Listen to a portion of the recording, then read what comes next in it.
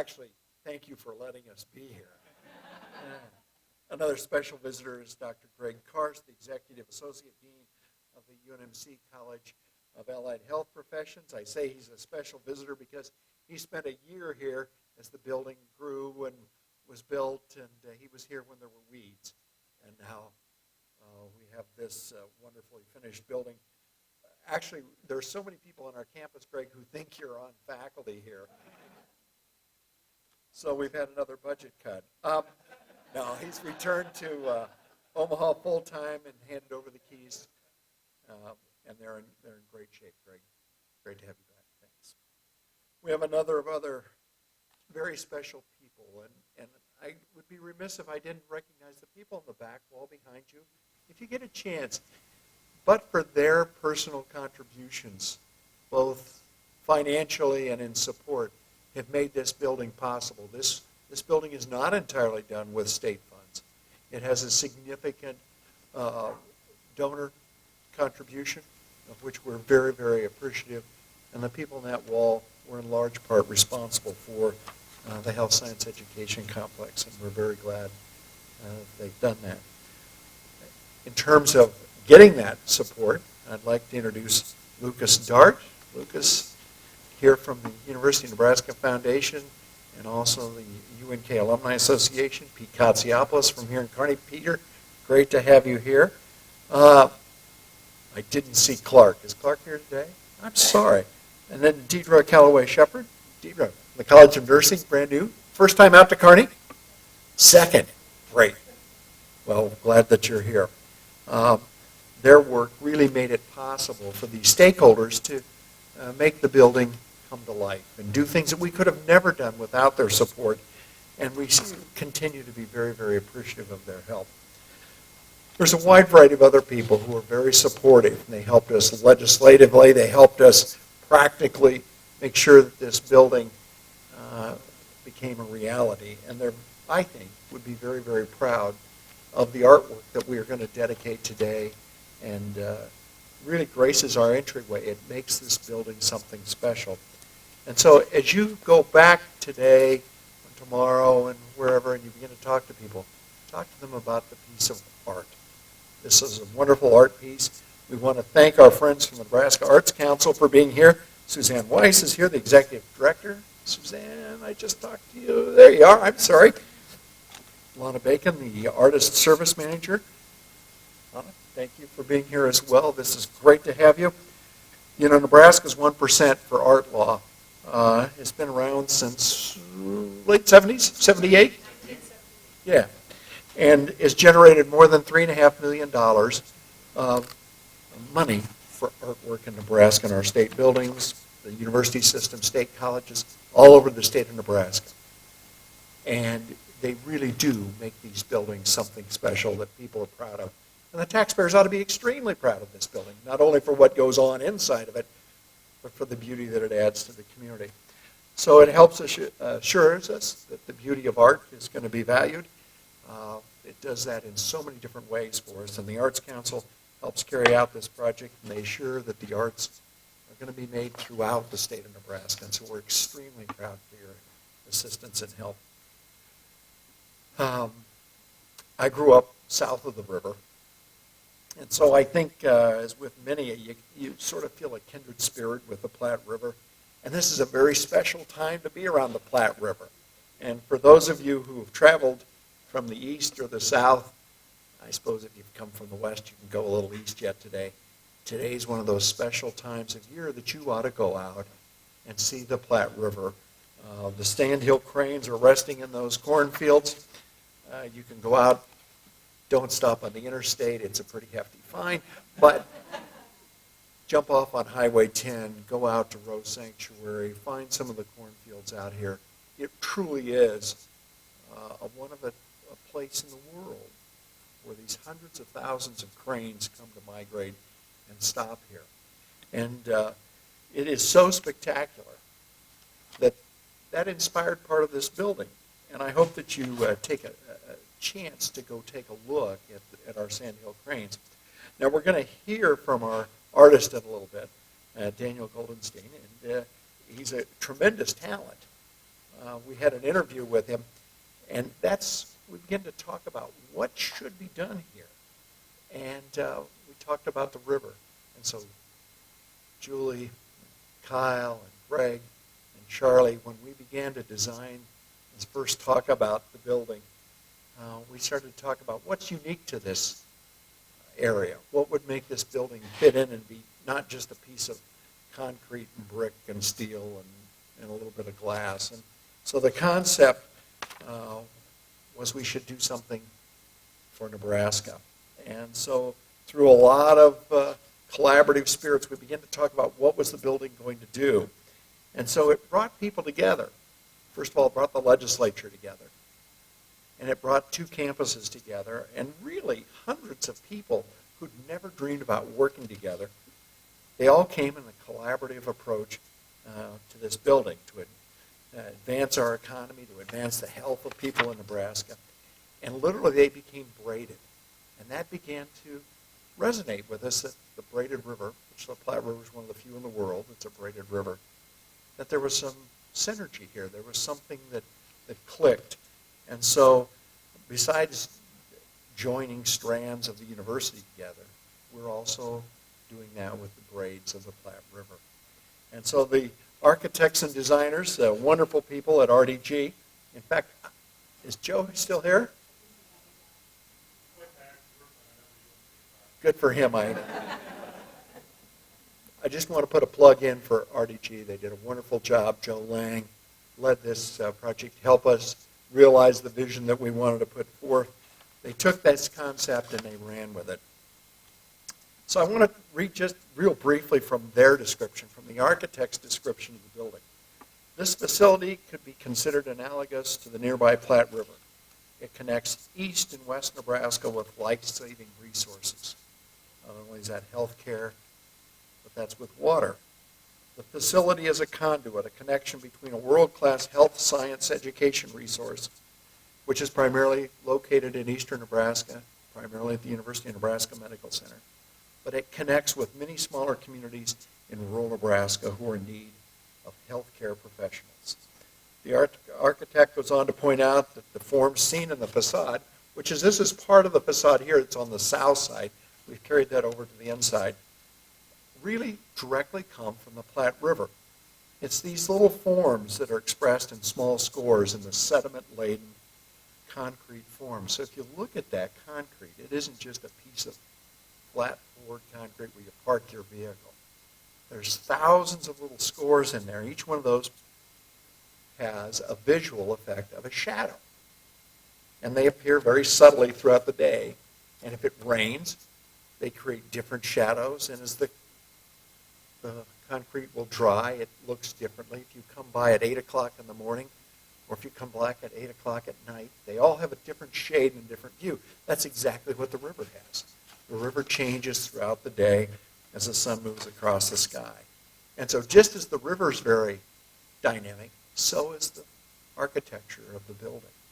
So when the committee came together to look for a piece of signature art, they wanted to do something special again. They just didn't want to hang a solitary painting or a picture of something. They wanted something that was unique and would fit in with the building and would help us be even more dynamic. And that's where River at Dawn became a reality.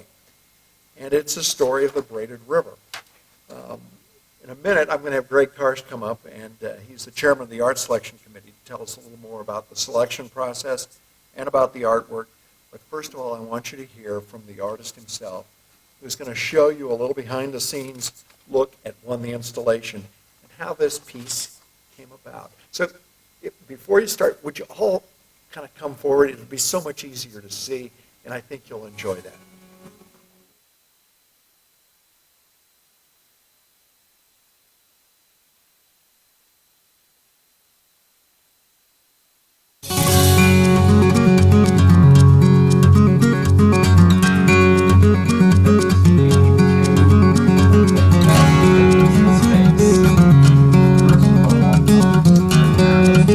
These always start with the building first. We need to create something that fills the space.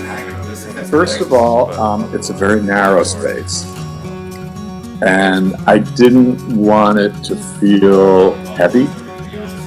You know, there's something hanging over your head there. I didn't want it to feel oppressive. You know, it's over people's heads and there's, you know, people will be hanging out there. So I wanted it to feel very light. They did want the piece to tie in with the landscape and with the location.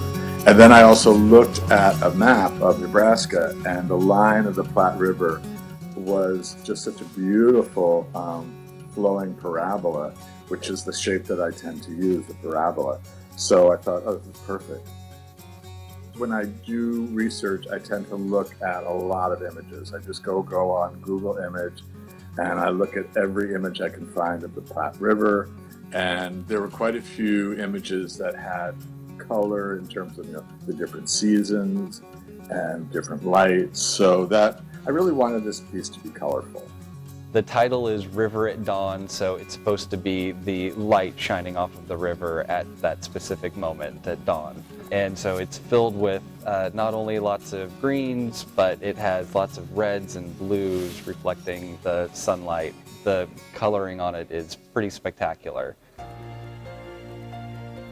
I love having a large piece made of a lot of little pieces. I've always been fascinated with schools of fish, flocks of birds, you know, all those forms that are made of lots and lots of little forms. And I'm also interested in the spaces between them, because that's just as important. And a river, you know, a river is perfect for that, because you've got all those ripples and the lines. As far as constructing it, you're talking about thousands of pieces. There's just over 1,000 in this piece. So with so many close to each other, the one thing that we did differently is we put a slit into the aluminum pieces so that you could see through them and see other colors overlapping, since there would be so many overlapping colors. With my work, from any angle that you look at it, it changes completely. You know, from below, from the side, even if you move your head from side to side, it's always changing.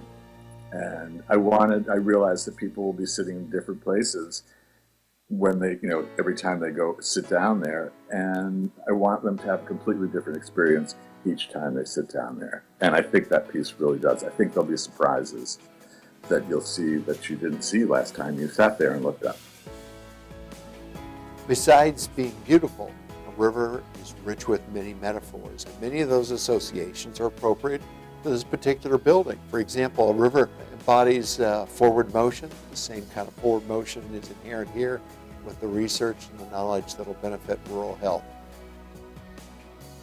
I think it is symbolic in tying the whole state together and us getting healthcare education out more into the rest of Nebraska. As art does, I think people will take away different things, and I've already heard kind of different interpretations of it. I hope that art inspires people to think about how we are all connected, and that much of our health is tied to the health of our natural resources. And as students are trained in the classrooms and in the laboratories, that they gain experiences that they take well beyond Kearney. I love doing public sculpture because it's accessible to a lot more people. Very often, if you do a small sculpture, it gets bought by somebody, it gets put in their house, and nobody ever sees it. I love the idea that lots and lots of people, and people who wouldn't normally go to museums or go look at art or even be able to own art, you know, this enriches their lives, I think, and I hope they do.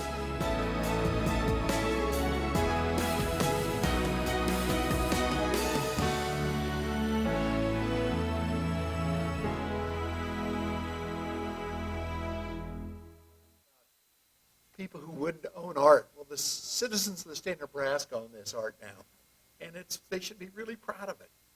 And it will enrich the lives of so many. When they talk about it at dawn, I think there's a lot of students that show up here at dawn too. They're a pretty motivated group of students here who clearly are on the professional track, and we're very, very glad that they're here. Greg Karst, you led the committee to select this piece of art. We really appreciate that effort. We'd invite you to come forward and say a few words at this point in time. Dr. Greg Karst.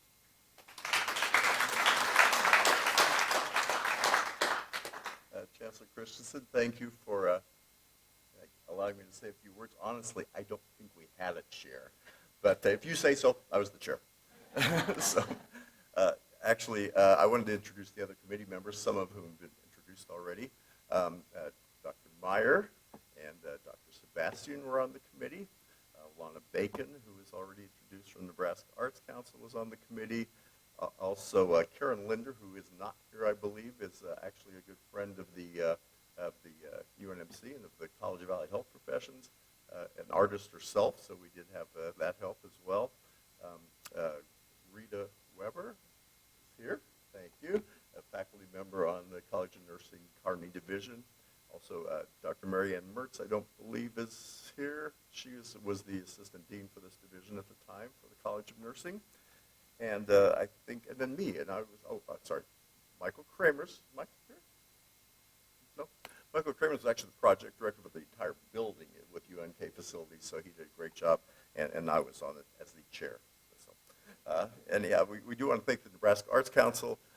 Suzanne and Lana have been introduced. It was really a painless process. I think I could speak on behalf of the committee. They had a great online way of going on and rating these. So we had actually two tasks, and one was to come up with a 2D art that was all Nebraska artists that were asked to submit proposals, and those you'll see hung throughout the first floor, and they have explanations of who it was on them. And then we actually solicited nationally for the this signature piece. We got over 100, or actually right at 100 proposals from across the country. We had a subcommittee of 3 that kind of narrowed it down to 20. We had the whole committee then go from 20 to 3 artists, and we brought those people in, and the whole committee again heard their proposals or their presentations, and I could say I believe it was unanimous that Daniel Goldstein and this beautiful sculpture were the choice.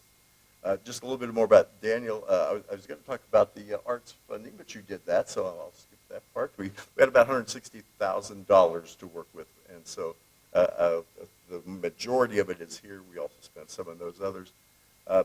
Daniel has a really varied background. He was born in New York. His studio is in San Francisco. He lives in Portland now, and he also went to school Brandeis on the East Coast, UC Santa Cruz, St. Martin, St. Martin's in London School of Art. So he had a really varied background, and his art is everywhere across the country. You can find it in museums from the West Coast to the East Coast, and even he had a commission I noticed in China. So he has a really broad background. And the other thing I wanted to say about it was that he designed this piece. They put it together in San Francisco, and the 2 gentlemen you saw Corey, primarily Corey Capellas, and Jason Lloyd was his partner. They drove it in a U-Haul from San Francisco to here, and you saw them undoing it. It was all wrapped in newspaper. And then I want to tell you, at the end, they shortened every one of these wires by hand. Those guys they were very meticulous. They had a great deal of patience. I told them if I'd been doing it, there'd have been a lot more cussing and throwing things. So they were really patient. So in the end, it turned out to really be beautiful, as the Chancellor said, and we're really happy that they were able to do that. Thank you, Chancellor.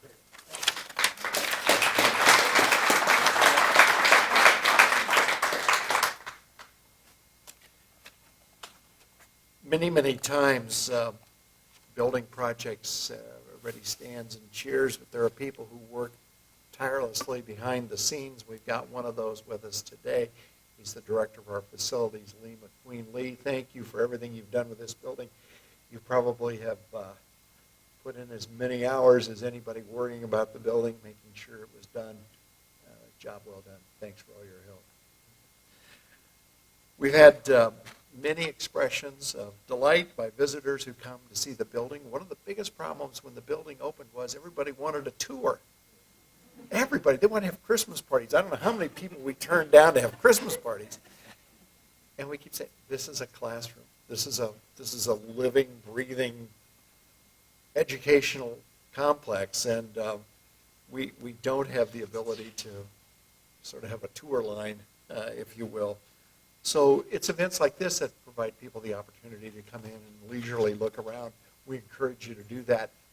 I don't know, Ryan, how many classes we would interrupt this afternoon. Hopefully not many. So please, as you look around, not only see our signature piece of art here, but get a chance to look through the rest of the building a little bit. Chancellor Jeff Gold could not be with us today. He's the Chancellor of the University of Nebraska Medical Center. He sends his gratitude to Daniel Goldenstein and to the committee. Thank you so much on behalf of the Nebraska Medical Center for all of your work and selecting and supporting this piece of art. I know Jeff has seen it. He's been here and we've looked at it, and he regrets not being able to be here today. We have many refreshments. I would encourage you to go over and take part of that. Stroll through the building, through the hallways. You'll see other pieces of art. But for the first time ever officially, River at Dawn. Thank you for being here.